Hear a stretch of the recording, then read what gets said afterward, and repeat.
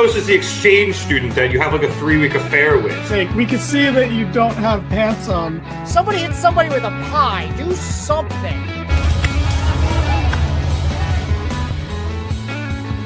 Giovanni yelling we're out of time as we go off the air. Giovanni yelling a lot of things tonight. And welcome to the Mark It Down podcast. Hello, everybody, and welcome to another late night edition of the Mark It Down podcast. My name is Nick Cummings, and look who stayed up this week. It's James Asante. In my defense, it was not a choice last week. I don't remember. I don't remember going to bed. I don't remember sleeping. I just woke up and I'm like, oh, I missed the ending of the show. But you killed it. Good job. Thank you. I mean, I fall asleep too. It just usually is like around 6 o'clock in the afternoon. All right. See, you know me though. Like I typically share your hours. It's just I've been my schedule's been a little wonky lately, but it's all good. I'm back. I'm here. Well, I'm glad to have you but let's get right into it because we have a whole lot of wrestling to cover once again. Although we are going to quickly say hello to Maria, who is up late with us, and who loved Dynamite and Collision, and Navarro, who is also staying up late 4 hours, 2 weeks in a row, is crazy. Yes, it is. I don't know how I'm doing it. And then Grand Slam next week is going to be 2.5. So we'll be on late again. I can handle 2.5. No, 2.5's not bad. Who's been running the Twitter account? It's some combination of Danny and Eric. I don't know. I don't go on Twitter. I don't think Eric really does much of the tweeting. Okay, it's mostly Danny then. So you're just arguing with him. Anyway, look, we got to dive into the show. We don't have time to talk about a lot of stuff. Much like last week, I'm going to keep everything very limited just because we have so much to get through. But we're going to jump straight in with what was I said we have a lot to get through. What I'm saying is we're going to try. Okay, well, I'm going to do. You're going to try. Do or do not. There is no try. Anyway, let's get into what was the main event of Dynamite, which saw the contract signing between Kenny Omega and Kazuchika Okada for their title match, all-in match, and winner takes all-in title match. So that's going to – why didn't they just call it a winner takes all-in title? Anyway, after Toni and Schiavone introduced both wrestlers, we were introduced then to what is now the new AEW, I think it's the Unified Championship, if I have that correct. Yeah, we'll talk about that. But yes, it is the Unified Championship. Brand new title that is going to unify both the international and continental belts. It featured on some of the side plates, both somebody hitting a one-winged angel and somebody hitting a Rainmaker. I don't know if those are permanent additions or just things, side plates for people a la the WWE title, but they look really cool. Contract signing went off. Okada signed with no fanfare. Before signing, Kenny grabs a mic, says it's been 7 years since they last got in the ring, so to the point where he barely recognized himself, and he says they should leave it all in the ring so that the winner can indeed take all. Kenny then signs, the two shake hands, and then they start jaw-jacking a bit when they are interrupted by that carny piece of shit, Don Callis. Don, once again, as he was saying earlier in the night in a backstage interview where he interrupted Okada, he says that Kenny should be ashamed of himself, saying that it should either be Konosuke Takeshita or Kyle Fletcher in this match because Kenny hasn't earned it. Kenny tells him to cut the shit, that he beat both of those guys. So if they want a title shot after all in, they can get to the back of the line. Kenny then says that Don isn't ruining this match because he knows all of his tricks. But Don responds that there's one that Kenny doesn't know. And Kenny turns around and gets blasted by Okada with the Continental Championship and then starts beating down Omega. Don gets into the ring and he pulls out a collapsible baton, which he hands to Okada, and he hits Kenny in the midsection with that before wrapping it around the back of his neck. Medical personnel then jumps in, and they come to the ring to try to backboard Kenny, but as he is being immobilized, that gives Okada the bright idea to go up to the top rope and hit an elbow drop. That leads to them eventually having to re-backboard Kenny. Christopher Daniels comes down. He tries to keep Don and Okada at bay while Kenny is put on the stretcher. So then Don hops out of the ring, and he starts trying to clear out the medical personnel and Michael Nakazawa for some reason. With Kenny's guy, that's why. That's the reason. I know why he was there, but the dude can't do anything medically. Anyway, allowing the getting the personnel to clear out allowed Okada to push CD to the ground, and then he went up top and once again hit an elbow drop. Actually, I think he just hit it off the apron. Either way, he hit another elbow drop onto Kenny, who was on the stretcher. And this time, Kenny started spitting up what I called earlier a red viscous liquid. It looked like the stuff I think they dumped on was like Jericho in WWE a few years back, but it was supposed to be like blood and bile. Obviously, playing. Was it Malachi? What's that? Was it Malachi or Alistair? Yeah, I forget who they dumped it on. I thought it was like they dumped it on Kenny. Alistair / Malachi might have been involved. Either way, Kenny starts spitting up and throwing up blood and bile and everything, obviously playing off his diverticulitis. And Kenny is then quickly wheeled away while Don grabs Okada and hightails it to the back, ignoring a question from Marvez as they jump in a car with Don saying that somebody's going to kill them, and they peel out. So, James, a lot going on here. You have the new title belt. You have joining Don, and you have obviously them really playing up this diverticulitis thing to, I think, the biggest extent they have so far in wrestling since Kenny's been back, as we say hi to who's reporting Kenny has died. I don't think that's true, but he later reported was to be in a local hospital, and then Shivani just forgot to give us the rest of the report. But as I was saying, James, new title, Hola Fernando. Okada joining Don, and now this diverticulitis angle. Tackle that in whichever order you'd like. Okay. Out the gate, I love the promo package that AEW played for these two, highlighting their rivalry. It was incredible. I've gone on record multiple times telling you guys the Kenny Omega Kazuchika Okada series that happened from 2017 to 2018 reignited my love for professional wrestling. Same. Yeah, I never left professional wrestling, but there was a period in time where I was definitely going through the motions a little bit, and watching that series made me love wrestling differently. And I will forever, ever, ever love those matches. It's my favorite series of matches in professional wrestling. So right out the gate, great job from AEW. Obviously, that partnership with New Japan coming in handy as they were able to highlight that history. Yeah, shout out New Japan giving them the footage for all of that. Yeah. It was a really good refresher, especially considering I watched most of it just through BTE. Beyond that, I thought that the segment was good. I am conflicted because on one hand, I don't need there to be shenanigans when it comes to a Kenny Omega Kazuchika Okada match. I am more than okay with them just having the match. I don't need any outside bells and whistles. Kenny versus Okada does not need a storyline reason for this to be harder for Kenny. They are their perfect balance between the two. And it took it took 3 attempts before Kenny was able to pin Okada. And then the 4th attempt to actually take the title off of Okada. So we don't need to add too much to it.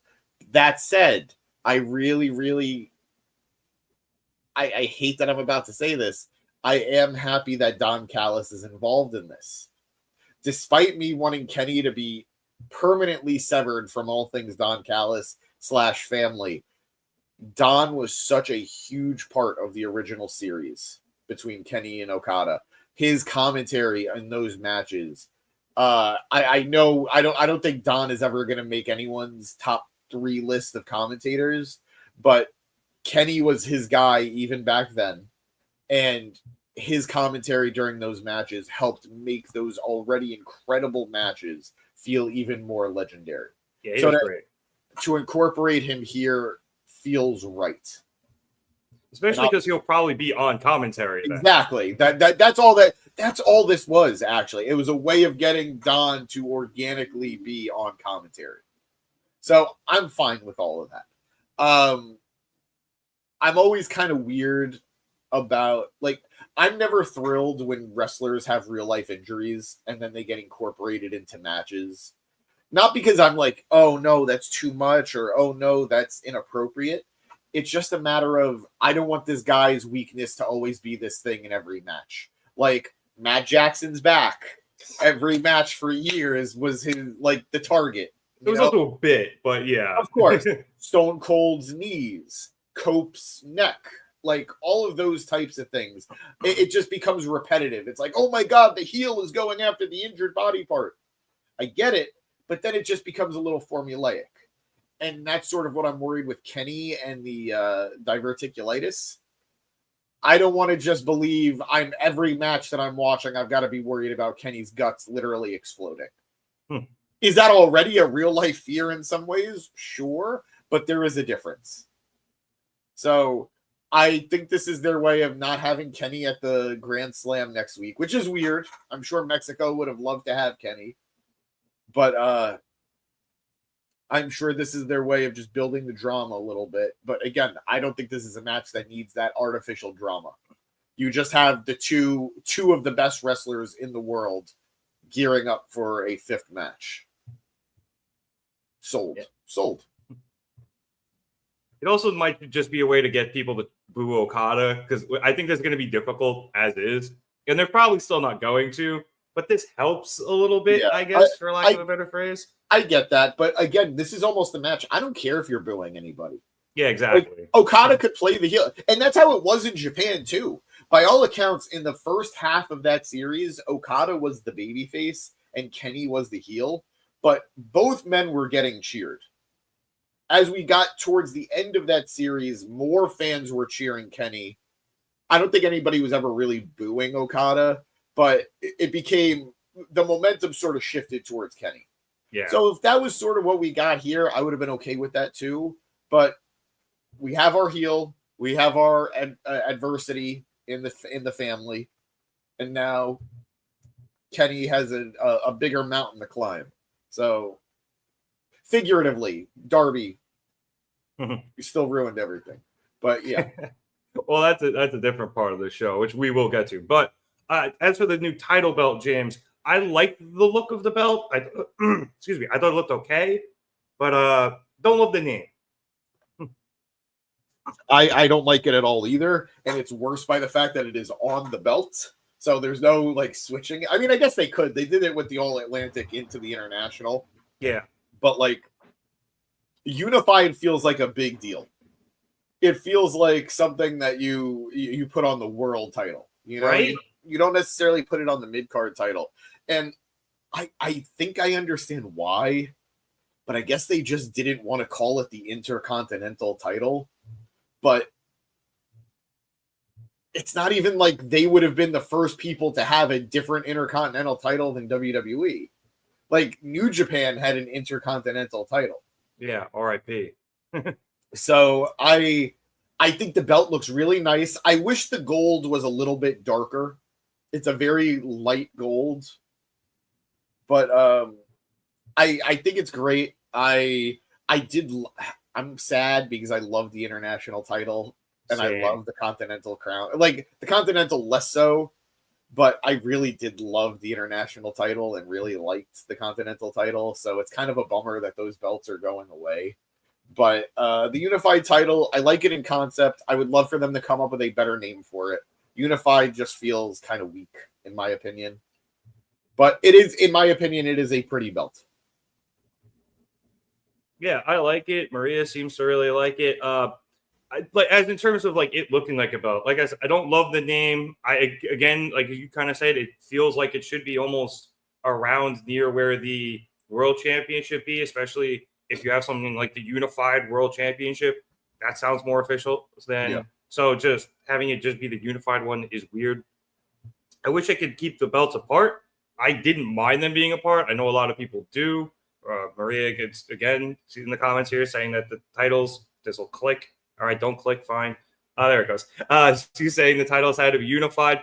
I disagree. I like the two of them separately, but I do think the bigger problem is that the TNT title has now been lost in the shuffle. So I can understand why unifying these makes sense. I think design-wise, my one nitpick is I would have liked to see a little more of the international title included in the design. The crown is still on the new title from the Continental Championship, but I would have liked to see, the flags surrounding it that were on the International Championship. So it's mostly just nitpicky stuff with the belt itself. The belt looks great.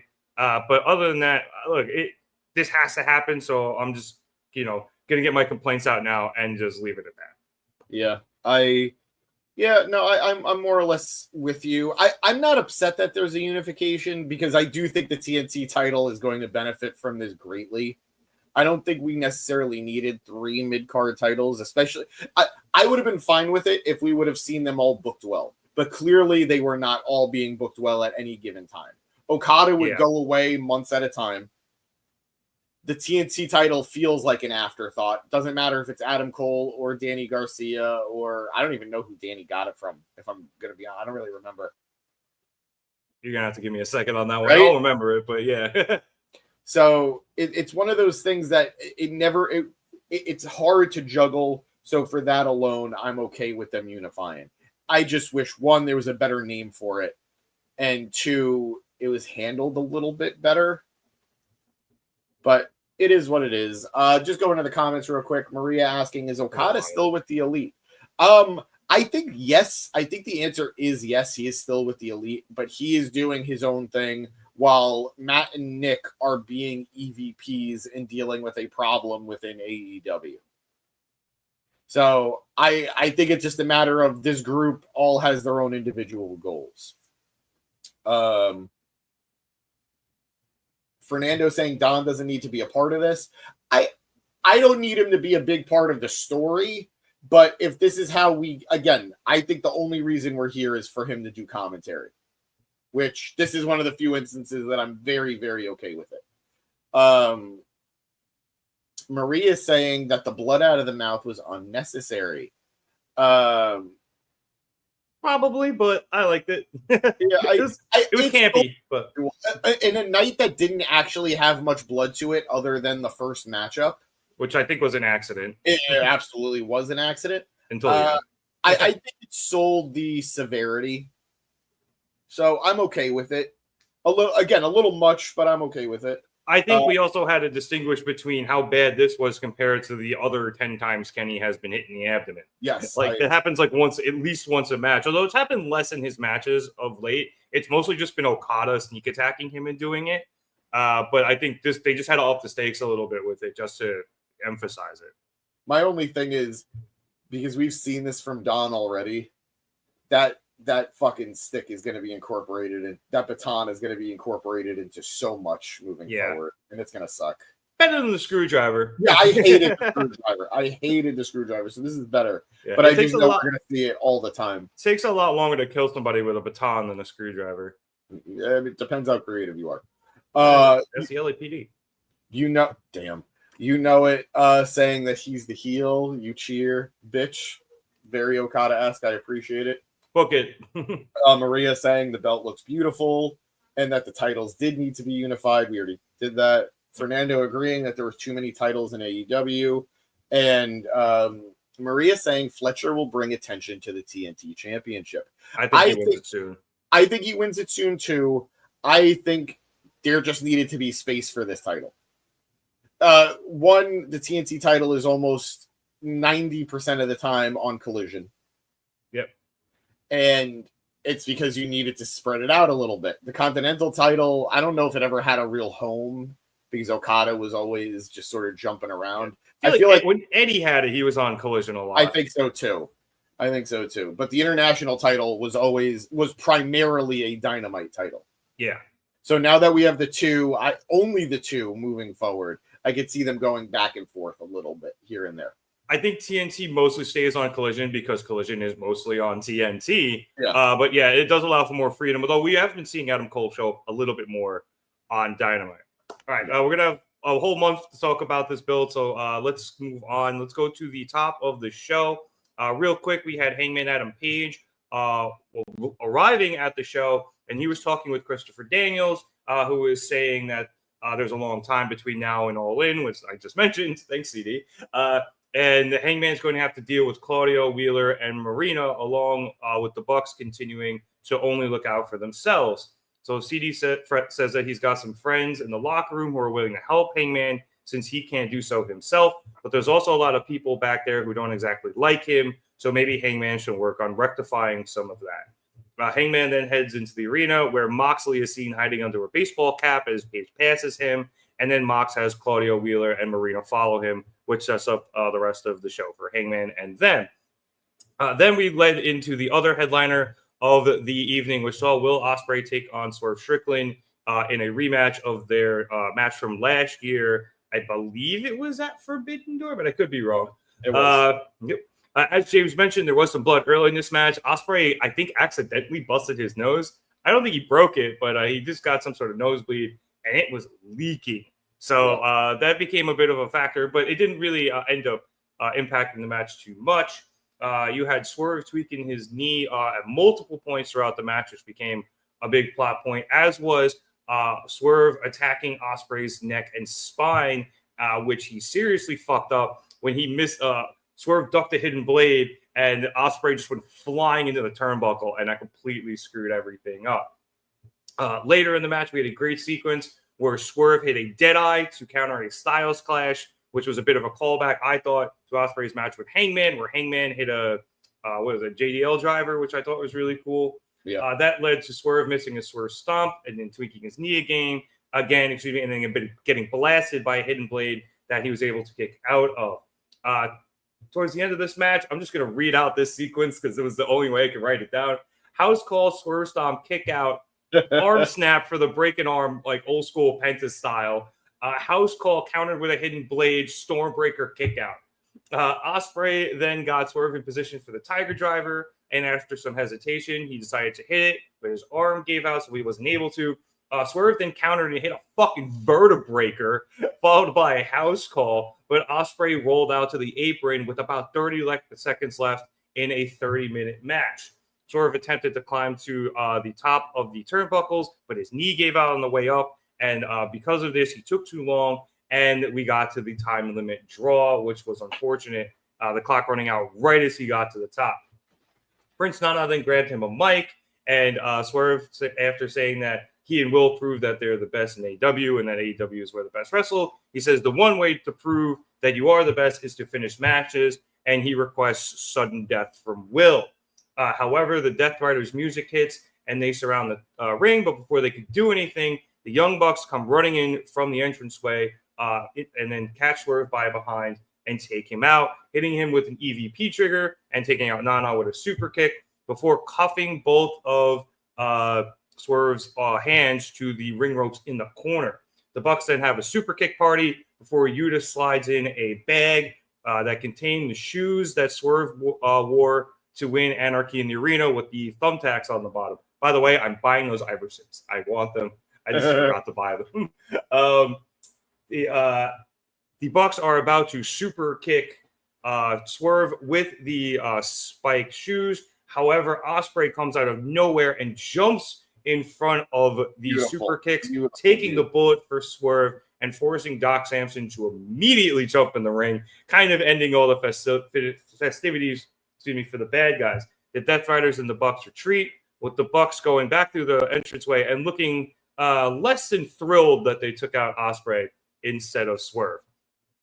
So, James, this match was fucking awesome. Amazing. Obviously, the time limit draw sucks. No, I loved it. But there's always a sense of deflation when it happens, but it still, I think, works perfectly for the booking in terms of what they're trying to do here. And then obviously everything that happened after with the Death Riders coming in and then the Bucks going to take him out in the same way he took out Matthew in the Anarchy in the Arena, and Ospreay taking that bullet for him. Yeah.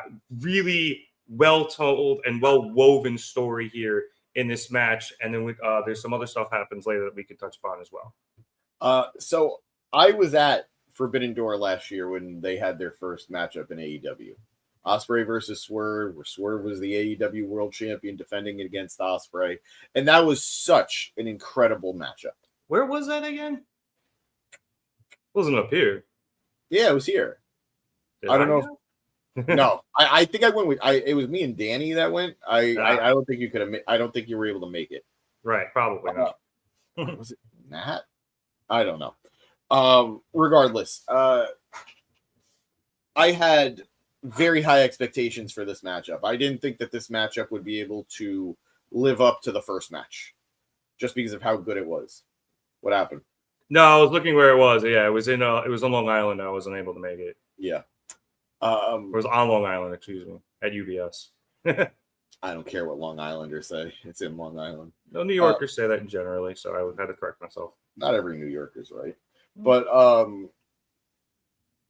I enjoyed that matchup so much. I didn't think that this one would be able to excite me as much. I'm not there. It's on my TV instead. And the first match did it all. I was wrong. I think this match was better. I think this match was maybe a little bit better. And it had a great finish. I mean, granted, I do agree with you. I always, 9 times out of 10, I prefer a definitive finish. But after I just said to you how much I love the Kenny Omega Kazuchika Okada series, where it went from Okada beating Kenny to Kenny tying Okada to Kenny beating Okada to then the 2 out of 3 falls match. That's just such a perfect trajectory. And that feels like what we're getting with Ospreay here, where Will lost to Swerve, then he tied Swerve, and then I think when we get the trilogy, he's finally going to beat Swerve. So I was all for the finish. I thought the finish was great. I loved him taking the super kick for Swerve. I thought it was such a great hero moment for Ospreay. I thought the camera work was fantastic. Yeah. I didn't miss it. Low bar for AEW there, but they actually did a great job with it. Yeah, they did fantastic. So cheers to everyone involved. The only thing, I thought Swerve could have been a little more frantic when he was handcuffed. Like after he saw Ospreay take the hit, he's just kind of like, he looks almost dazed. I mean, he did just get super kicked like 18 different times and took an EVP trigger. Of course, but at the same time, he wasn't down. Like it didn't look like he was knocked out. He was just standing there watching it. And I know he's not a super explosive character, but it would have been nice to see a little bit more emotion, I think. But overall, just excellent segment following an incredible, amazing, spectacular match. I thought I heard Swerve yell, but I think just the camera angle, any emotion he did have, you couldn't really see because it was behind his head. Yeah. So I think he might have been acting a lot better than we actually saw. Yeah. You know? But yeah, no, I love this, especially because of what happened during Collision. I don't know if you'll talk about that now or later, but they are perfectly telling the story right now. Yeah. And I am super, super excited. Well, are we treating Collision as a separate thing, or are we just, it's all... No, this is all kind of one big show.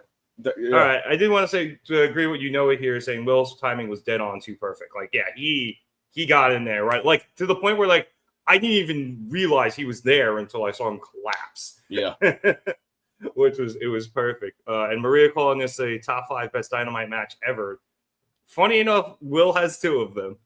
He just had the one with Takeshita a few weeks back, and now he has this one. Like, man, when the guy has to, which I mean, he does this all the time. All of his matches are great, but when he really goes, fuck, can he really go? All right, that segment. Well, all right, let's. Well, yeah, we kind of have to do this in a certain order, I guess. But all right, let's jump. Actually, before we get to Collision, let's jump here because we were supposed to have a segment with Hangman Adam Page. However, when we got that, his music hit and he wasn't walking out. He was being dragged out, handcuffed, and with his mouth duct taped by the Death Riders. It was Claudio and Wheeler, Marina flanking them with the briefcase, and eventually they dragged him down to the ring and held him down as Mox entered with a microphone. And he eventually started off by apologizing for all of this, but he says he needs Hangman to focus, and Hangman can get quite distracted. Mox says that he doesn't know what Hangman is searching for, but he has got exactly 4 weeks to find it and become the man everyone expects him to be. Otherwise, he might as well pack up his shit and leave. And as Mox says this, he gets a little bit too close. Hangman gets pissed off, and he headbutts Moxley and knocks him to his ass. The Death Riders immediately jump back on him, started beating him down. Eventually, they wrap a chair around his neck. However, my boys, the Ops, come down, and the Death Riders quickly retreat into the crowd. A freed Hangman then grabs a mic, and he says he's come too far for that to be their best shot, and he tells the Death Riders that if he finds even one of them, he'll take their heads, and he grabs a chair and follows them to the back. Unfortunately, he didn't make good on that. I don't know if it got cut or what. I was a little upset about it. I wanted him to see him like scalping Wheeler or something, but we didn't get any of that. James, do you have any comments on this? Or you just want me to jump to that later Hangman Buck segment? Jump to it, then I'll talk about all of it. Okay, so way later on Collision, we were backstage attempting to get a medical update on Will Ospreay from Renee. However, before she can really get into her shtick, Hangman comes in, still wielding the chair, unfortunately without any heads on it, and he immediately goes to Renee, how's he doing? But before Renee can answer, the Young Bucks come over, and Hangman asks why he shouldn't take their heads off. Matthew says that they were aiming for Swerve. Hangman was like, give me 5 reasons why we were aiming for Swerve. It's like a reverse Charlie Brown. And that actually stays Hangman's hand for a moment. Matthew then says that Hangman should be thanking them as they kept Swerve distracted for weeks so that Paige would have a clear path to win the Owen, and now he can go on, win the title, and bring it back to the Elite, which was the plan all along. Hangman barks back that there was no plan, there's never been any plan, and the Bucks better stay out of his business, out of Will's business, and you know what? They better stay out of Swerve's business too. If they don't, and Hangman ever decides to burn another house down, it'll be because he's trapped the 2 of them in it, and he shoves Matthew as he leaves. Matthew then confirms with Nicholas that Hangman has officially made his bed, and Nicholas agrees, and then the 2 of them leave as well. The camera then catches Prince Nana poking his head out of the locker room as he had been doing throughout this confrontation, and then the camera follows him back there where he goes, hey, boss, did you hear that? And Swerve steps into the frame and says that he heard every word. So meanwhile, Ospreay looks like he's being operated on the table. Yeah, Ospreay's in the back, like hand on his head, like with the bloody rag just coated in blood. It might not even be him for all we know because his whole face was covered. But Jay, what a wonderful web they weaved with that match, the Hangman segment, and then this segment in the back. You're seeing. I think the first crack of Hangman kind of being like, all right, like maybe Swerve is on my side. Or at minimum, he sees how much Will respects Swerve. And therefore, because he respects Will so much, maybe he has a little more respect. And now the Bucks, I think, are officially going to go after Hangman. And Swerve maybe be also kind of cracking a bit when it comes to Hanger as well. So a whole lot of stuff told throughout all of these segments. I loved all of it. I think it goes without saying how meticulous these storylines tend to be when it comes to Hangman in particular. So I thought it was just another great entry in this saga for him. I think when it comes to him and the Bucks, the plot thickens. I could only ever think of like Randy Felt face. The plot thickens. When it comes to him and the Bucks, I think at some level, I think the Bucks do believe the shit they're saying, but it's also obviously from a very selfish place of superiority. Yep. I love the Swerve development. These are just 2 guys who know they wronged one another and don't know how to move on from it. And it's fascinating to see. Because by all means, they both have every right to say, you were terrible to me, and I could never forgive this and move on. But we know they're going to. Like, we know it's coming, and it's gonna have such a huge reaction justifiably. So I loved all that.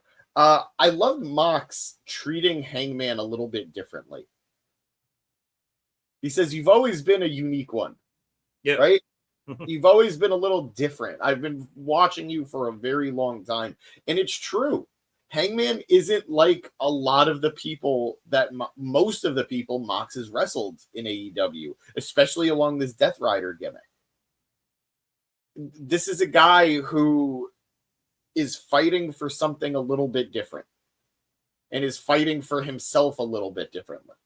So I think this, do I think this was the plan all along? No, I don't think this was the plan all along. But I do think they were able to find a way to make this feel so natural. Where when this started, Mox said he was trying to make AEW better and he was trying to make people realize that they needed to be better for what was coming, although what was coming never came. But if in the long run this turned out to be about bringing Hangman back, I'm okay with that. I'm more than okay with that. So Darby be damned, apparently. But I really, really enjoyed this.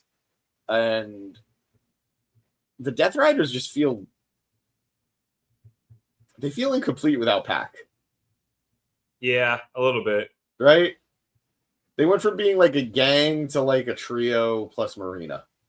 Yeah, although Marina is getting more and more involved just because they are down a person. It's not a knock on Marina. It's not a knock on her whatsoever, but I miss Pac. Yeah. She had Hanger in the Bulldog choke. She did. So. Did. But yeah, I agree with you with the Pac thing. And yeah, I think it is cool that Moxley is treating Hangman a little bit differently. And not only because I think, Hangman has been such a unique character, but Moxley knows the lengths Hangman is willing to go to. He's not, he watches the show. He's watched everything, the death matches. They had a death match.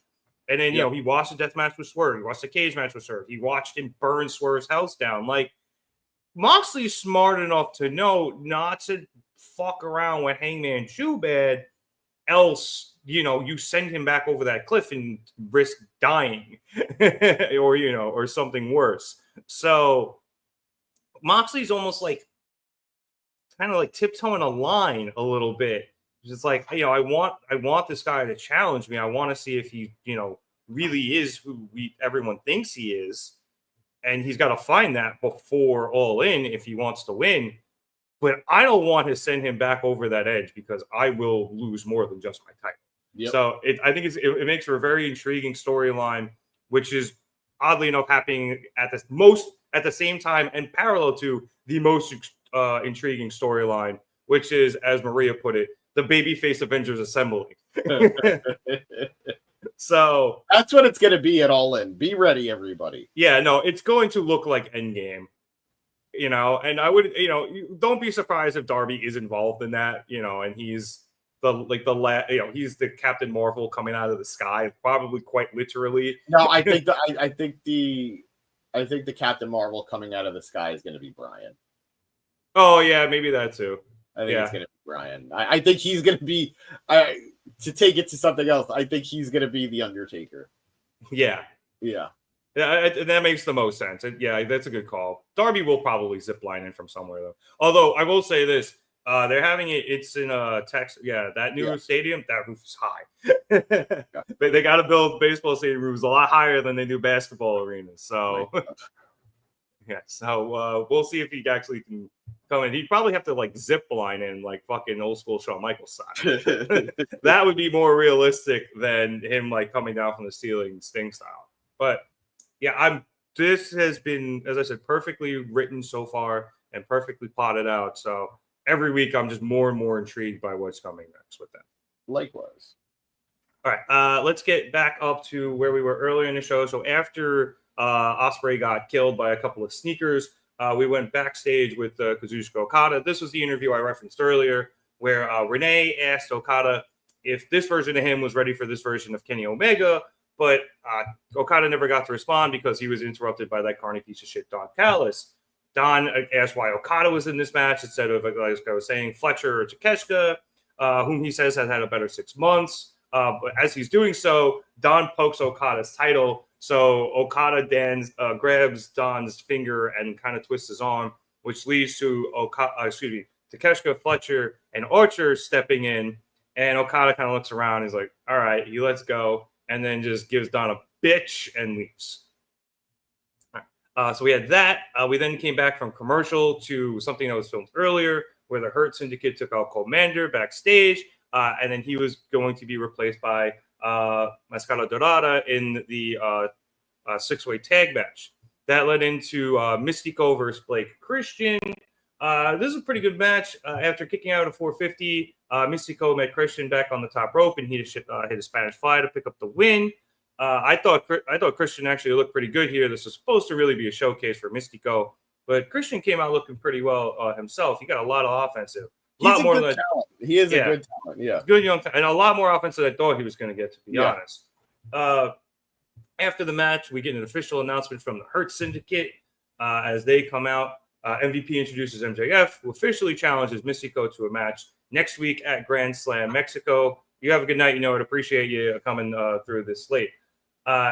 Anyway, MJF then also announces he's going to dust off the old American hero gimmick for one night only down in Mexico.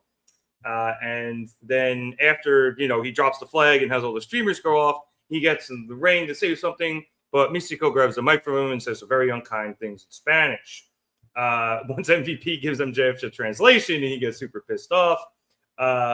He says that to him, Mistico will always be sloppy sin cara, and then MJF tries to throw a right hand. Mistico blocks it, hits a right of his own, gets on top of MJF and starts raining in right hands until the Hurt Syndicate come in, break that up. However, their opponents tonight of Jet Speed and Mascara Dorada come in and break things up, and that leads to their match.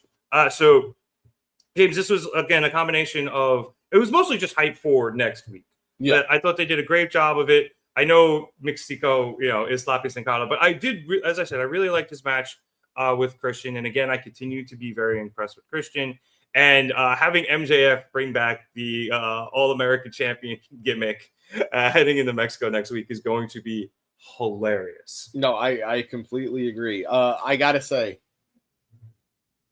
I felt so vindicated when he made the Sin Cara joke. Because I had been saying it for a while, and I said I would not be fooled into accepting, this is Mistico. No, that's Sin Cara. I remember. So thank you, MJF. Thank you. I thought this was good. I thought this was good. Like you said, Mistico and Blake put on a really fun, good match. The top rope Spanish fly finish was nice. You don't get it too often, so when you do get it, it's fun to see it end the match. One of my favorites. Yeah. What up, Dev? Hey, Dev. You're doing well, pal. Thank you for joining us tonight. So yeah, that was a fun way to go. MJF hamming it up while wearing what he's wearing. He looked like he was wearing Bobby's shirt. Well, I was going to talk about it more when they get into the match, but wait, his T-shirt or his his T-shirt. Okay, yeah. His T-shirt looked like he was wearing Big Brother's shirt. It was a little big on him, yeah. But him talking all that shit too just works with it, So good segment, good matchup, and a good segue into what was next. Yep, and for next week as well. What was next was Jet Speed. So Speedball, Mike Bailey, and Kevin Knight, and Mascara Dorada against the Hurt Syndicate. Very good match. I very much enjoy it.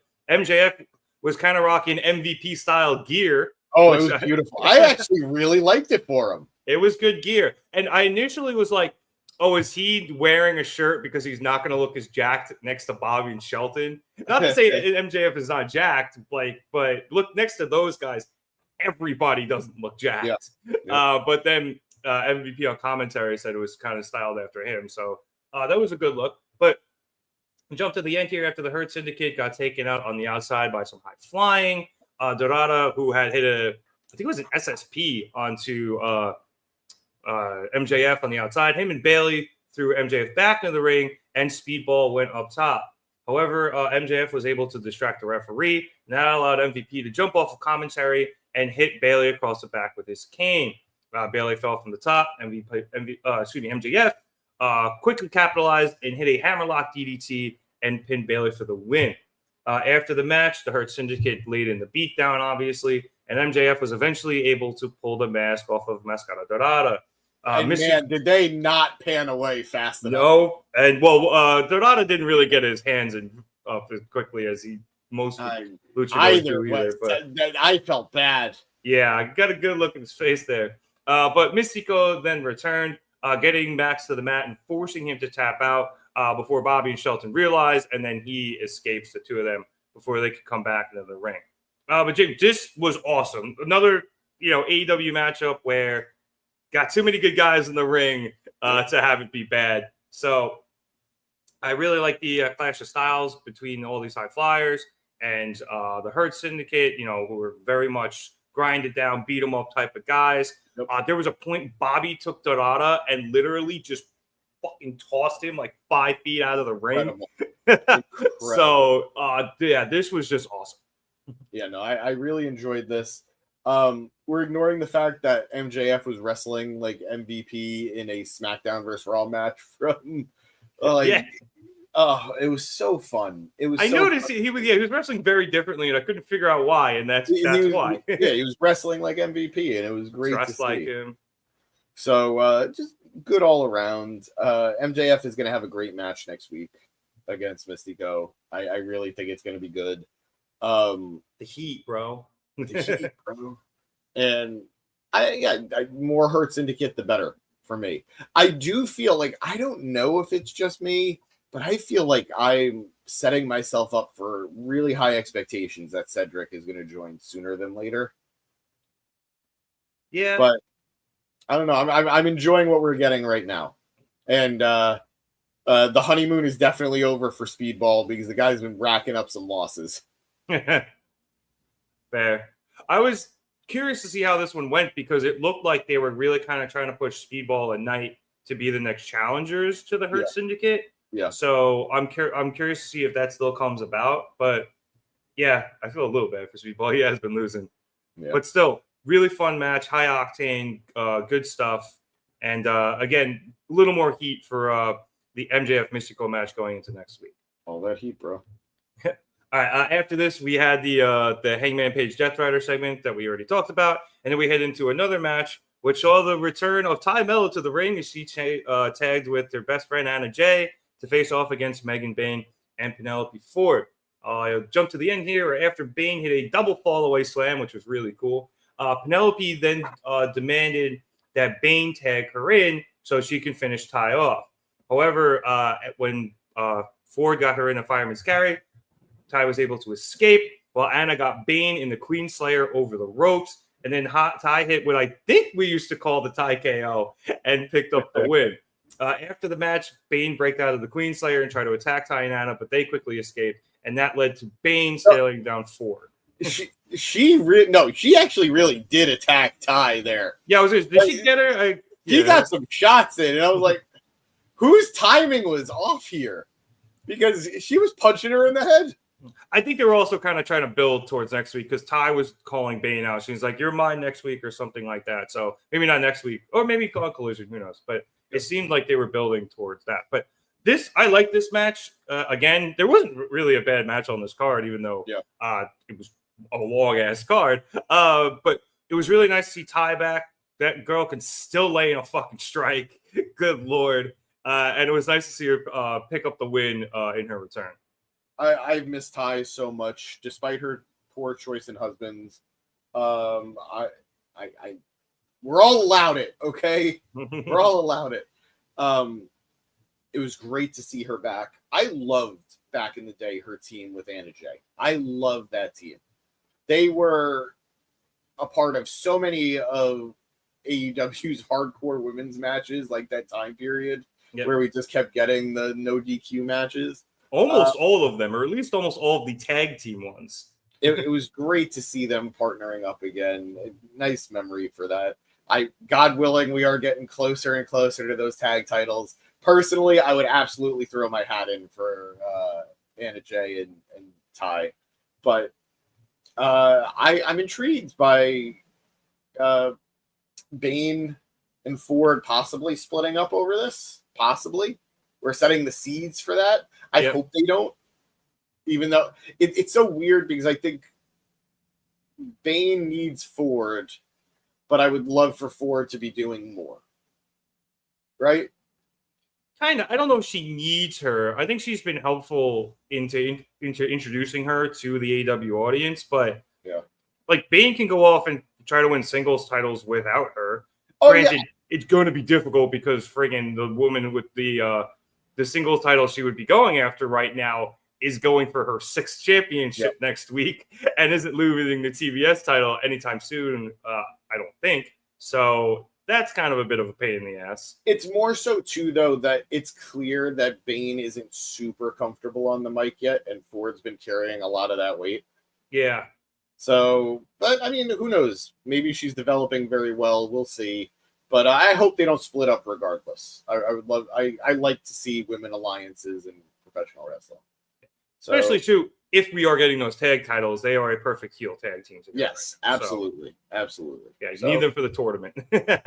at the very least. Yeah, I will say that it is really funny, because we've met Megan a couple of times, and she is like the nicest person. Oh, she's lovely. She's and lovely. then we go out there and see her do this, and you're just like, so I can see why she's maybe having a little bit of trouble trying to figure out those promos. Yeah. But sometimes it's hard to push against your own personality.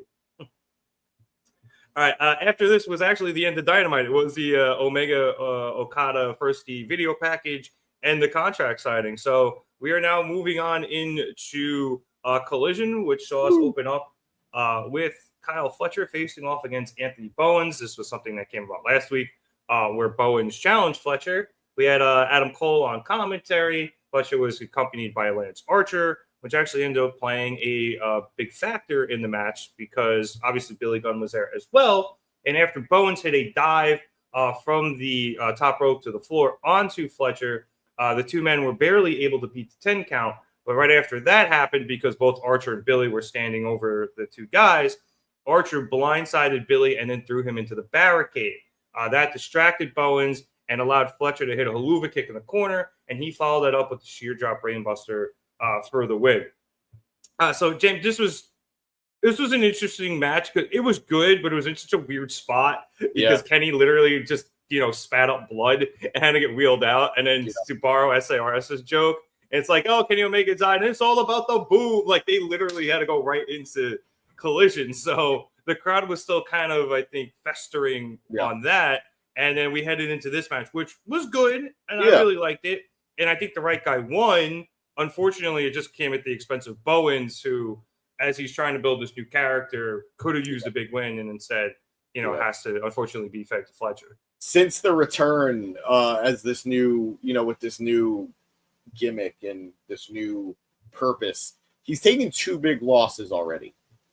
So it's not super encouraging to see.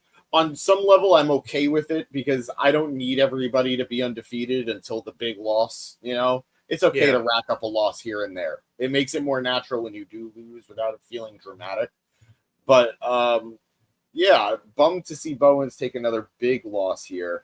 Fletcher, you're right, should be winning everything until he wins a title. So it was good. I enjoyed the match for what it was. Of course, shenanigans are going to shenanigan. And we got it because it is a Don Callis family match. Yep. Even though Don was not there, he wasn't there for the rest of the show because him and Okada hightailed it. But it doesn't matter. His stink is all over everything he does. Yeah, is the part of. So fine matchup. But at this point, it's after 10 o'clock, and you need a little more than fine. And I gotta say, I said the same thing for last week's episode. I feel like they could have scheduled things a little bit better to keep the show engaging throughout. It felt like it was very engaging in the Dynamite half, less so on the Collision half. This time, I don't necessarily feel it was as bad, but I think there could have been a smoother transition from Dynamite to Collision. Yeah, and I wonder if that's just because they have to go up separately when they end up being on HBO Max. So maybe that's the thing, and they want to kind of keep them a little more self-contained. It's like, oh, instead of starting with the thing that ended Dynamite and like going right into it, we're going to start with the match so that when you watch the show later, it starts with the match. And you're probably maybe a little confused as to why Nigel and Toni are so shook, but the thing is, it actually didn't start with Fletcher and Bowens. It started with Kenny and Okada. Yeah, well, the overrun of it, yeah. No. Yes, but like the first thing you're going to see when you turn on Collision is Kenny messed up. Yeah, unless they edit it a different way, yeah, most likely. Yeah, so I don't know. In general, I thought this to be an issue both weeks, but less so this week. Yeah, I think that's very, very fair. And I think my thing for Bowens is I am upset he's taking losses, but you can kind of explain it where he was in a tag team for so long recently, at least in AEW. Yeah. He's probably, he's finding his footing again as a singles guy, especially here in AEW where he hasn't been one yet. And, Fletcher's a high-profile guy, so he's not necessarily on that level yet, but he's getting. Yeah. That's how you explain it. But if it was against anybody else, I would have called it a hate crime this month. But Fletcher's got the flex lights, so he's okay.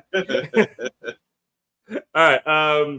Moving on after this, we got a video package for American Hero MJF versus Mistico, and that led to a in-ring interview, what was supposed to be one, with Atlantis and Atlantis Jr. So after a lengthy introduction by the Spanish announcer, it's Carlos, is it Caminero or something like that? Carlos Cabrera. Oh, is it Cabrera? Thank you. I think I was confusing him with the third baseman for the for the Rays.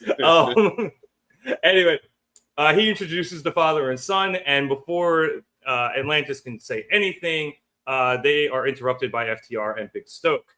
Stoke comes out and starts running down what FTR has done recently, including taking out the Rock and Roll Express, turning Nigel into a quote-unquote pill popper, who's apparently taking melatonin, hoping to wake up in 2002.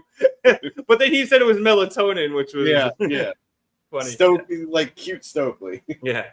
Getting Daniel Garcia to contemplate retirement and starting an OnlyFans. And then they took out Adam Copeland so bad that he's still at home staring at a wall. So the only thing left for them to do is perform in the only major wrestling arena they haven't wrestled in yet, which is Arena Mexico. And they don't have a match yet. And he is yelling and screaming, and Dax eventually takes the mic from him. He's like, I apologize for my friend. He gets really hyper. He then introduces himself, Stoke, and Cash before running down, and I mean running down as in like disparaging some Lucha greats, saying that if they had wrestled them back then, they would have taken all of those guys out. And this all ends when he asks Atlantis how many depends he goes through a week, and Atlantis just cold clocks it with a right, and then Atlantis Jr. hits Cash, and the brawl is on. And when I mean brawl, this is a huge brawl because FTR gets the advantage, and Cole, who's still in the commentary just for some reason, he jumps off to save Atlantis Sr. from a spike pile driver, and then that leads to the Don Callis family to come down because they're facing Paragon and Danny Garcia, so they want to get their shots in at Cole. So they come down, and then Bandito and Templario come down, and then for some reason Brody King joins the fray, and he's the only one who got music and a huge pop. All of this ends with Dax being surrounded in a circle by the faces and being taken down by Atlantis, and he scrambles to the outside, but Atlantis keeps getting in shots until Dax finally gets into the crowd and escapes. And at the end of the show, they announced this is leading to like some huge, like 12-man tag or something next week in Arena Mexico. So this was a little long, it was a little plotting, but we got there in the end, I guess. And I thought it was entertaining enough. Stoke saved it. I also loved Dax had a good line where he was asking Atlantis something, and then he says, "What I think is this," and it was classic heel stuff, so I enjoyed it. It was the beginning one was how do you think we would have done in the 1930s in Mexico? And then he goes and brings it back, and then disparages all the guys like Santo and stuff like that. I thought it was fun. I thought it was cute. So we've got heel FTR. It's what most people wanted. We're here. Enjoy it. Yeah. So yeah, I do like they are living legend killers now though, because Randy. They're still somehow friends with him. All right, moving along then. After this, we had a quick backstage interview with Big Bill and Brian Keith. They had just taken out Gates of Agony. I think that ended in a street fight. So they're just here to crack skulls and stack wins. And they challenge the next tag team. And the next team that steps up is the Workhorsemen. And they make the challenge, and Bill and Keith accept. So expect that somewhere, whether it's Collision or Ring of Honor. After that, we had our next match, which was Timeless Toni Storm against Julia Hart. Mercedes Moné is once again having dinner at ringside, which quickly comes into play, as does Sky Blue, who accompanied Julia to the ring. So Toni again went over to steal some food from Mercedes, and as she was trying the mashed potatoes, Julia and mostly Sky come over and attack her from behind. And then Sky is there just beating the shit out of Toni. And eventually Aubrey Edwards comes over, pulls her off, and ejects her from ringside. So that kind of backfired, but the damage was done. And it took Toni quite a while to get into the ring before she could go in there and have the match start. Toni ended up picking up the win as she was able to roll out of the way of a Julia moonsault. And then as Julia rolled through, Toni quickly got on her and got her with the huge package and kept her down for the 3 and the win. After the match, Mercedes entered the ring and stood over Toni, who slowly got up after the beating she took, because Julia really kicked her ass both before and during this match. Yep. And then Mercedes smelled Toni's hair the way Toni smelled hers, and then whispered something in her ear before grabbing Toni by the hair and slamming her into the mat. She then begins a beatdown until Mina Shirakawa comes out and makes the save for Toni, and Mercedes goes to leave. But psych, she's actually not, and she comes back and she beats the shit out of Mina before actually leaving. And also, as all this happened during the match, Shivani announced that Mercedes had tweeted out a challenge to the CMLL Women's World Champion for a match next week at Grand Slam. And I had to Google who it was because nobody fucking said her name. They really didn't. And I believe I'm going to pronounce this right, and it's Zeuxis. I'm probably not pronouncing that right. God bless you for trying. It's Zeuxis. I don't know what you want from me. But James, I like the match here. Julia really got to shine in this. It looked like she genuinely had a shot at beating Toni. Granted, there was the whole beatdown before, but heat, bro. So is that going to be the theme of tonight? Me making fun I guess of so. that moron. I didn't realize I was potting with Russo, but yeah, I'll okay. But either way, no, I thought Julia looked great, and then obviously Mercedes comes out of here looking great following her humiliation last week. Yeah, they got a lot done here, and I think it pretty much all worked. I love Julia. I respect the fact that she really, really worked on her craft to get better. And given her age, I think she's only going to continue to get better. So that's cool. I'm not thrilled. I'm never a fan. AEW's done it a couple times where a face comes to make the save, makes the save, drives the heel away, turns around, and then the heel comes back and just beats them down. It's like, what was the point? I kind of like it. I think it's fine every once in a while, but I've seen AEW do it a couple of times, and it just makes Mina look weak. Well, she also wasn't paying attention because she was staring lovingly into Toni's eyes. So yeah, it makes her it makes her brain weak. I mean, it's Toni Storm. God, and it's Mina. What do you want?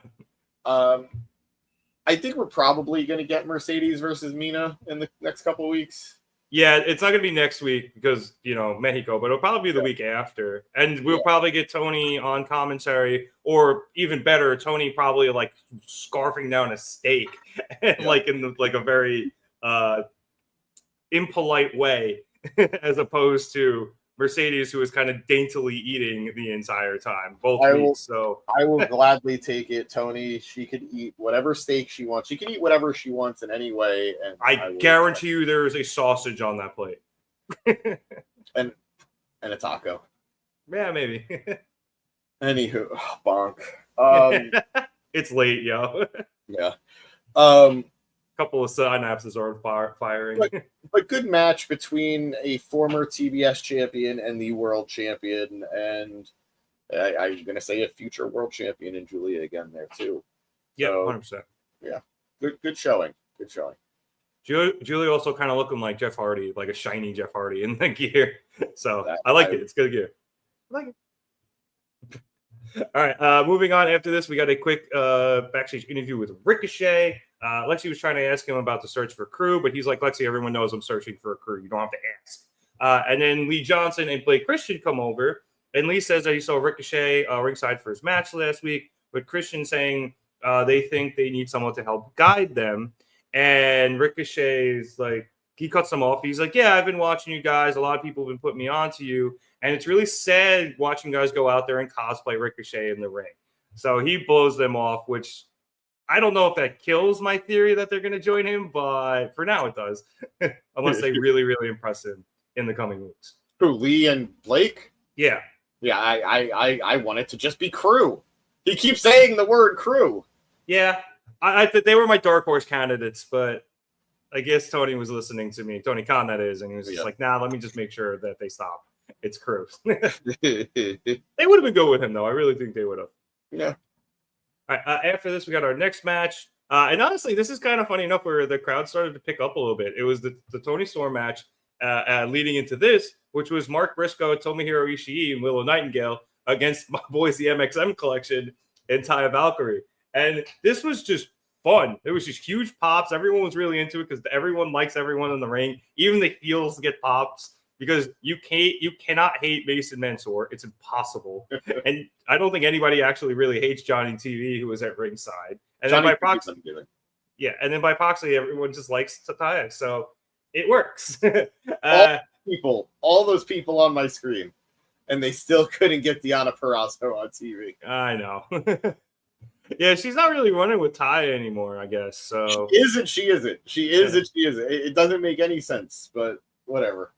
Either way, this match ended with Mansoor, Mace, Briscoe, and Ishii all climbing up to the ropes in the corner, and Mansoor was able to hit a sunset bomb onto Briscoe to send him flying.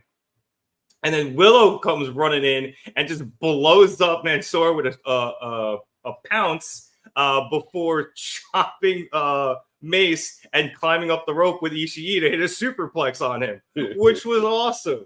Yep. All the men end up on the outside with Briscoe hitting a dropkick through the ropes to send all of them into the barricade. And then Taya came in from behind to try to get a quick sneaky pin onto Willow, but she was able to kick out. Taya then went for a hook kick, but Willow ducked it and was able to counter with a babe with the power bomb to pick up the W. So, James, look, I don't even care if this match was technically well wrestled. It was fun. It was. Yeah, but this was just a lot of fun and a really good pick-me-up for the crowd in the middle of this collision after they've been watching for 3 hours.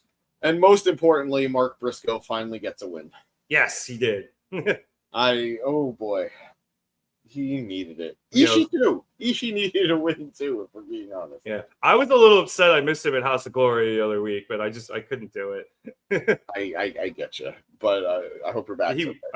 I'm guessing he lost, but oh, you don't know what happened? I know. I didn't check up the House of Glory stuff. Well, we'll talk about that off air. We got a few more things to go through.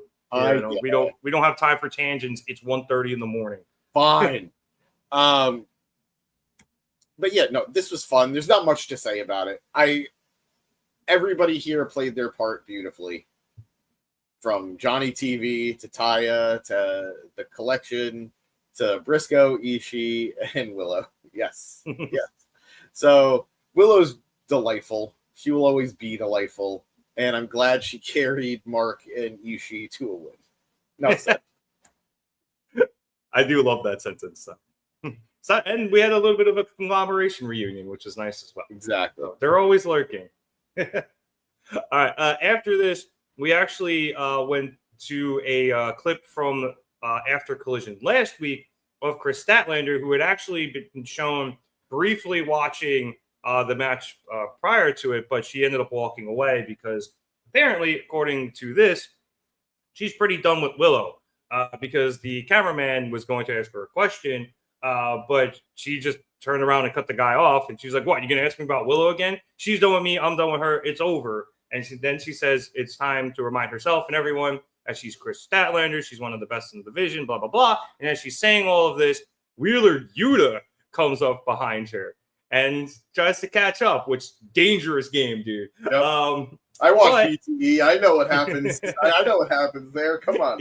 Yeah. But he says he's seen how rough it's gone for Stat with Willow and how rough it's gone for her since she's left the best friends, especially as opposed to how it's gone for him. And I guess comparatively, he's kind of right. Yeah.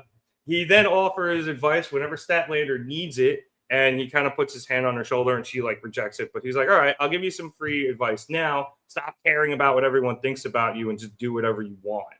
Yeah. Essentially. And then so Stat goes to leave, but as she's leaving, she gets to this gate, and Marina Shafir steps into entryway, and the two of them have a bit of a stare down before Stat eventually blows past her, and then Wheeler comes back over and just gives some creepy laugh into the count. So very interesting. Not much here yet. We're just setting stuff up, but very intriguing. Yes, with the Willow Marina rivalry just being a never-ending merry-go-round, this is a fun little wrinkle in that. And I hope Stat doesn't turn heel again. It's been such a weird, bumpy road for her in terms of her trajectory. Turning heel, turning face inexplicably, trying to be friends with Willow, getting rejected. I don't want her to turn heel again. It's too much, too fast. None of it rings true. So otherwise, yeah, it was cool to see the best friends reunion. Even if Wheeler didn't get beat up. Yet. Yeah, good point. I could see that. Watch, like, there's a triple threat between Marina, Willow, and Stat, and like Wheeler tries to get involved, and Stat just like puts him through a table. For old time's sake. After this, we went to our next match, which apparently was built. They said it was a standby match, which I love because it kind of adds to the realism of it. Like, it wasn't a booked one. It's like, hey, we do actually have standby matches sometimes. And this ended up being Bandito versus the Beast Mortos, which for a standby match is a hell of a match because this slaps. I mean, it's just good. It was just good lucha things. It was just good from good fucking lucha, man. This ended with Bandito going up top to attempt something, but Mortos quickly gets onto his feet and he nuts Bandito before following him up there. And they battle back and forth a bit on the top before Bandito gets the advantage, and it hits an avalanche fallaway power slam to pick up the win. So awesome move to win. I'm surprised, it wasn't 21 plex, so it was a bit of a shock ending for me. I prefer it. Yeah, no, I liked it. It was a shock ending to a surprise match, and like I said, just some good fucking lucha. So I love this match. This was awesome. I was a big fan of this match too. You know me, I love Beast Mortos. I appreciated the finish too, not just because it was different, but because it made it seem like he needed to hit something bigger to take down the Beast.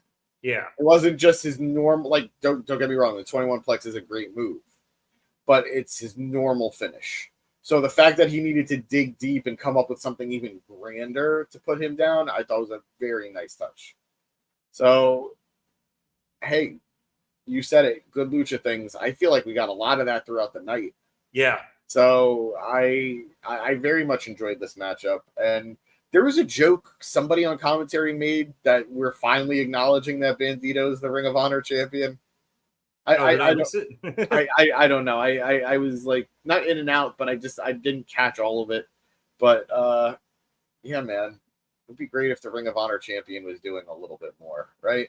Yeah. I mean, this was also hour 4 of wrestling, so if you didn't catch everything. In general. Yeah. No, I just meant if you didn't catch everything on commentary yet, but wanted to say hello to Aaron Lowe's Wrestling Podcast. Thank you for joining us, man. It was a great show tonight. Long, but great. But yeah, love this match. I'm glad it randomly happened. And I do like your take about the ending there. Yeah. Yeah, thank you. All right, moving on from this, we then had a backstage interview with Mercedes Moné. Renee asked Mercedes about what she whispered for Toni, but Mercedes says she doesn't kiss and tell. And then Renee asked about Mercedes challenging for the CMLL Women's World Championship next week. But before she can answer, the current champion, who again I had to Google, and it was again Zuxus, I think, comes over, calls Mercedes a puta, accepts her challenge, and then rocks Mercedes with a right and puts her on her ass. That made her running. It was Renee great. as well, too. Yeah. So that was a good little way to officially make that official. Just gonna go to Aaron real quick. Yep. We love the concept of the championship. We really enjoy the look of the championship. The name's got to grow on us because we're not sold on the name yet. Yeah, the unified title. Interesting, because the United Championship would have actually been cool. Yeah, that would have been interesting. Yeah, unified, because a lot of times, like in my boxing head, it's always like if a guy has multiple titles against multiple boxing organizations, because for some stupid reason there isn't just one. So, it's like the unified WBC, IWF, WBA, middleweight champion. Like, so I'm thinking like, okay, it's multiple belts and you can lose multiple of them, but you're still the world champion. Yeah. This one's not a world champion. So in my head, I'm just getting confused. Yeah. No, but that's just a me thing. After this, we had the Hangman and Young Bucks confrontation backstage, and that led us into our next match, which saw Thekla face off against Queen Aminata. This match ended with Thekla hitting that spider walk spear into the death trap and forcing Aminata to tap. Also, Thekla kicked out of a bunch. She kicked out of off with her head. She kicked out of the double stomp from Aminata on the top. But this match I thought was weird for me, James, because there was a lot of good stuff in it. Yes. But it felt like it was long. The crowd was tired. Yes. And it just, I don't know. Just something didn't either click I could tell you, or them with me. It was, I couldn't figure it out. I could tell you, this felt like an Aminata match, not a Thekla match.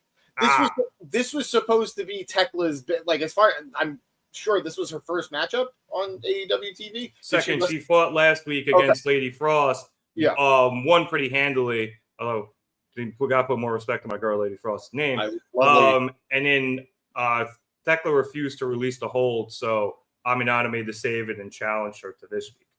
So Aminata looked very dominant in this matchup at multiple points. Yes. And Thekla needed to come in at the end and sort of surprise her and then lock in the submission to get the win.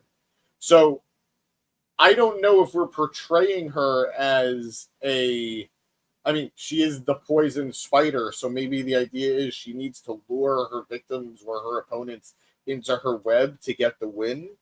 But for me, this was my first match of hers because I didn't get to watch last week.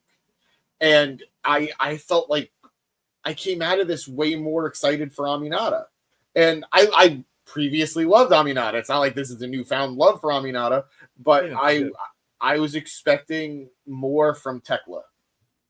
So I don't know why they booked it the way they did, unless they're trying to say she's like Jay White, that she's a defensive wrestler.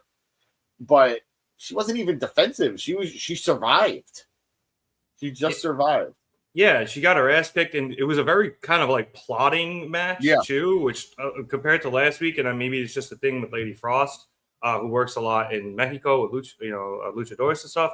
That was a much more high-paced match, even though it was much shorter because it was Tekla's first one, and they wanted to really make her look dominant. But yeah, just something didn't click with this because I'm liking what I'm seeing from Thekla, and I'm a fan of Queen Aminata, and she's had some bangers like. Her, I think it was a trilogy against Julia Hart rocked. So I don't know, something just didn't click. I don't know if it was them or me or both, but slightly disappointing for me, despite the fact that I do think like it was a very well wrestled match. Yeah, no, I'd agree. Nobody did anything wrong. Yeah. I just think the way the match was booked didn't really serve Thekla, and in a way, despite how much Aminata got in, it didn't really serve her that well either. Yeah, and it seemed like Thekla hit 3 moves. Like she was in the ropes and hit the kick, and then that led to the spider walk, which led to the spear, which led to the death trap. So, just very interesting way they just laid all of that out. But hey, right person won. Aaron with the interesting comment here saying he wouldn't mind calling it the AEW Worldwide Championship. A Pitbull might have a bit to say about that, but other than that, I actually kind of like that name a bit better. Yeah. I think they just want to stay away from World because the World Championship, but I do like Worldwide too as a name. Yeah. After that match, we then went to a quick backstage interview with Nick Wayne and Kip Sabian. Kip has that surprise ready for Nick from last week, but Nick wants to know where Christian and his mom are. Kip says that Christian wanted to give Nick some space after all the hard work he's put in, and Christian also wanted to put in some hard work himself with Nick's mom.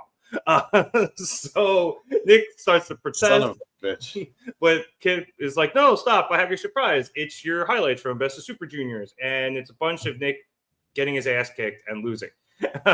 It started with him doing a lot of looking good. It started with him looking good. And then it ended with yeah. Yep. But Nick still said he loved it. And Kip tells Nick that Christian is very proud of him. And in fact, Kip doesn't know where he himself would be without Christian, nor does he know where Nick would be without Christian either. And that leaves Nick with a very pensive and look on his face. So more seeds are being planted. Wow. That led to our main event match, which saw Paragon and Daniel Garcia face off against the Don Callis family. And didn't I watch this last week? I'm pretty sure this match happened last week in some way, shape, or form. Anyway, this match ended with Roddy calling in Kyle for a high-low amidst a bunch of chaos. So Kyle jumps in the ring and goes in the corner, but Aubrey Edwards doesn't allow him out because there wasn't a tag. And that allowed Archer to sneak in behind and get a choke in over the ropes that distracts Aubrey because she's like, break the hold on you, legal, whatever. Back in the ring, Takeshita slides in and just lays out Roddy with a forearm, and that knocks him back into a German suplex from Josh Alexander, and he uses the bridge to pick up the win. And then we went off the air, and Hangman didn't kill anybody, and I was sad. But yeah, James, look, I paid attention to this match, but it was the end of 4 hours. Yep. And again, I saw this last week, or in some way, shape, or form. So, look, it was good. But I just didn't care. It's the same thing I said last week. If you want to know how I felt about this match, fast forward to the end of last week's episode. But go ahead, James. Stay. I didn't watch last week. I was asleep. Yeah, but like a normal person. Like a normal person. Thank you. But I still wasn't super invested in this.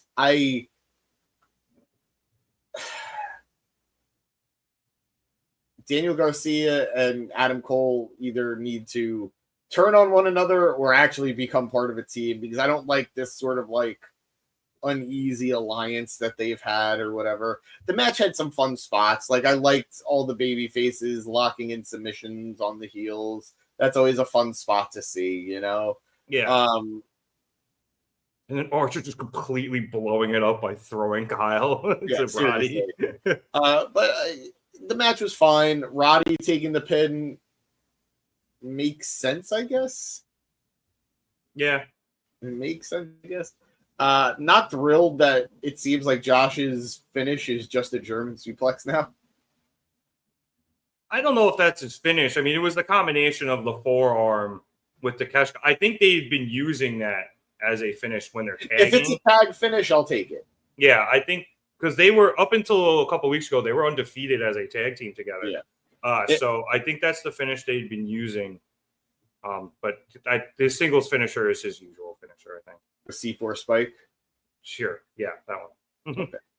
Okay. Just hasn't had a lot of single stuff, so. Yeah. Or that he's won. That too. Match was fine. I agree with you. We're at the end of 4 hours. It was exhausting. I'm very much looking forward to 2.5 hours next week. Yeah, it's going to be a lot better. Yes. So, yeah, fine matchup. And I feel bad saying this because I love Cole. It's Fletcher's title to win. Oh, yeah, the clock is ticking on that title, right? I'm sorry, Adam Cole, baby. Hey, to close the loop from earlier, so we were wondering who Garcia won the title off of. It was Jack Perry. He had won it in the ladder match after Copeland vacated because he got hurt. And so he won the ladder match at Forbidden Door, where you were there. Yep. And then he, turned it into like a black belt, and then he lost it to Garcia, who recently lost it to Cole. So there you go. All right, and that was Summer Blockbuster. It was long, but James, it was good. I really liked it. There was a lot of good, and I think the best parts of this were the things surrounding Hangman, Ospreay, and Swerve, and the AEW World Championship. Obviously, the Kenny thing and the Okada thing is going to probably get the most headlines, but I do think that the stuff involving the world title was the best stuff for me tonight. Yeah, I mean, I'm biased because of my love for Kenny, but I would agree that the Hangman stuff is just so much more compelling naturally. But I enjoyed the show. It was a good show. It's a lot. It's a lot for a Wednesday. Oh yeah, that's the thing. If this was Saturday or Sunday, it's somehow easier. But it's a Wednesday. I'm tired. I had a long day. Yeah, I mean, these aren't that much longer than the pay-per-views. It's just with commercials and a lot more promos and stuff. It's it's tiring. And yes, we worked today, or at least I worked today. I worked today. I worked today. Puppy Mania. Oh yes, there's a little tease there. I'm guessing with you, Ospreay Swerve was match of the night. But I did like the 6-man tag with Jet Speed and Mascara Dorada facing off against the Hart Syndicate. I thought those were probably the best 2 matches of the night. Yes, I'd go Ospreay Swerve number 1, and I'd say number 2 match wise was probably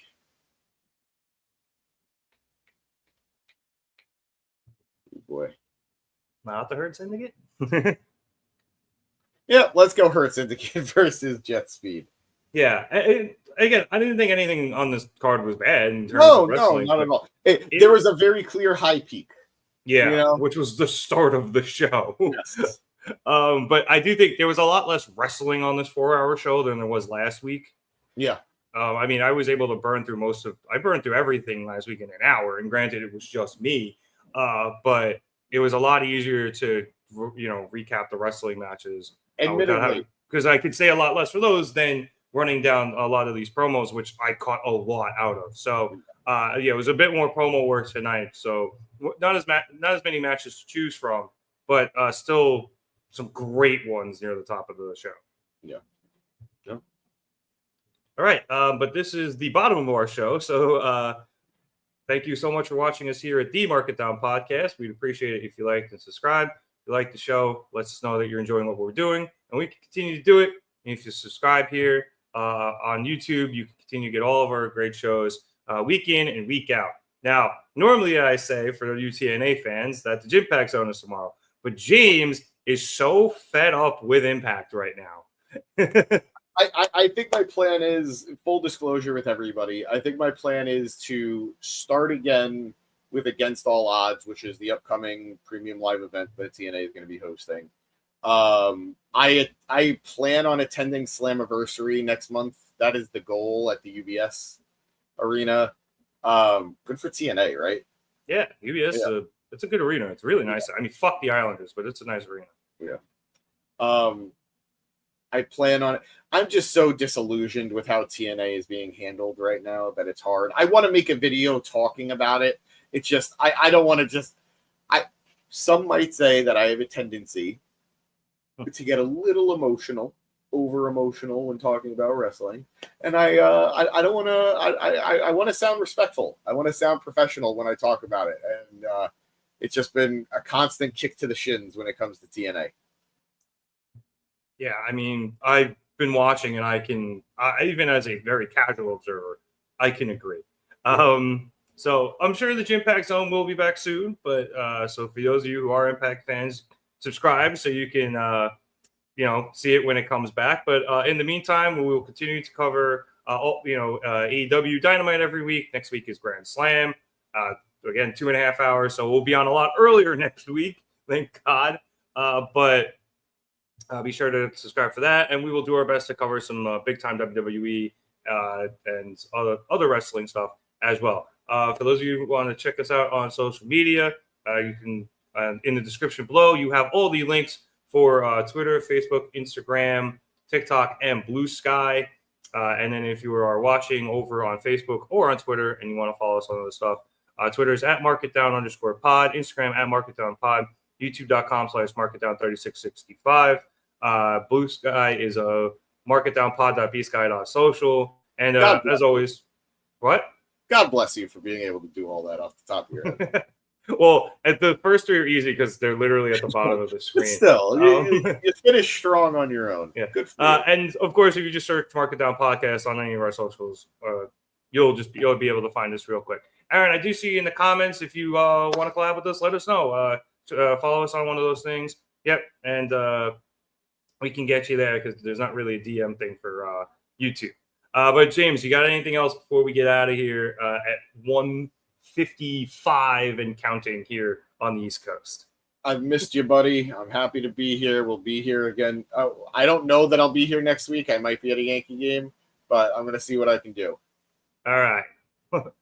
Well, so for James Chisanti, my name is Nick Cummings. Thank you so much for watching us here at the Mark It Down Podcast. Have a good one, everyone. Get some sleep if you haven't already.